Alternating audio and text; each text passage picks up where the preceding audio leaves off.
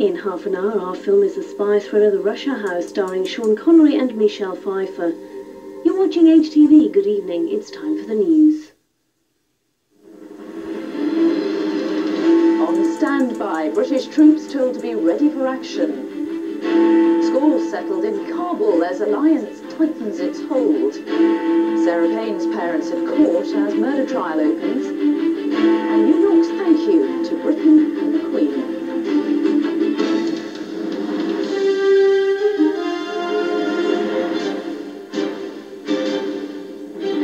From ITN, the ITV News with Mary Nightingale. Good evening. The Prime Minister confirmed today that Royal Marines and paratroops were on standby to fly into Kabul and may even be used in combat operations if necessary. He said several thousand British troops would go to Afghanistan if needed to secure aid routes and airfields. The events of the last few days showed, said Mr. Blair, that the Taliban was in a state of collapse, but that the military job was not finished yet. Here's Kevin Dunn. After 6 weeks supporting airstrikes against Afghanistan, an RAF air control aircraft returned to its base in Lincolnshire. But as the crewmen were reunited with their families, thousands of other troops were put on 48 hours standby. The Prime Minister told the Commons they could carry out a number of tasks. The main purpose of these troops will be in the context of multinational efforts to make safe the humanitarian supply routes now opening up as a result of military progress on the ground. Others may be focused on securing airfields and clearing unexploded ordnance. We cannot, of course, rule out some of our troops being used in offensive frontline operations. Commander Royal Marines remain at a high state of readiness for contingency operations. The mobilisation of what is being called a stabilisation force was welcomed by the opposition. The message must go out loud and clear. Terrorism is not being tolerated now. It will not be tolerated in the future. The days of the safe havens, wherever they are, is at an end. The government also published another dossier of what it said was evidence that Osama bin Laden had effectively admitted to carrying out terrorism. He had, they said, threatened further attacks. More than 200 Royal Marine Commandos are already aboard ships in the Arabian Sea.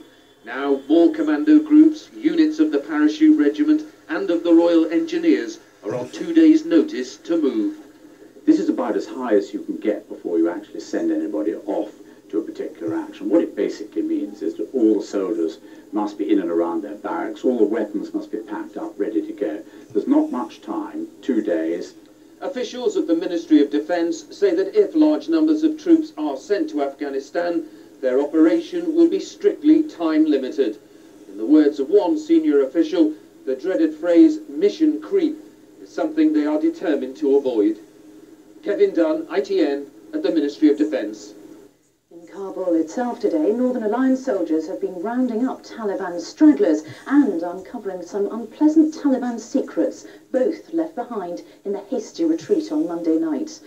Beyond the capital, the Northern Alliance is trying to extend its grip across Afghanistan as the Taliban retreats south. American sources are saying tonight the eastern city of Jalalabad has fallen, but to local Pashtun tribes. In the north, meanwhile, tens of thousands of Taliban troops are reported to be hiding in Kunduz, surrounded by alliance forces.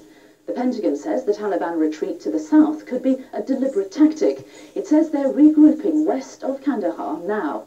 More on that in just a moment, though. First, to Julian Mannion in Kabul on how the Northern Alliance is tightening its hold on the city. Taliban stragglers are still being hunted down in Kabul. 2 men were set upon by the crowd on suspicion of being members of the fundamentalist army. Their denials did not prevent another punch being thrown by a Northern Alliance soldier. Finally, they were taken away by taxi for investigation. At a Northern Alliance camp, suspects are kept in a lorry container. Inside, 1 Afghan and 4 Pakistanis. They too denied any involvement with the Taliban. One man said he had come to Kabul to work as a male nurse. Another said he was sightseeing. Their guards did not appear convinced. Roles have dramatically reversed in the last 48 hours. This, I discovered, was one of the Taliban's secret prisons, equipped with primitive manacles and basement cells for their enemies. Our interpreter found some chilling documents.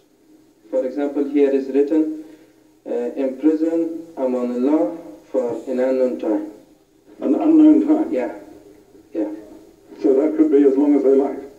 The days are not specified here, just imprison.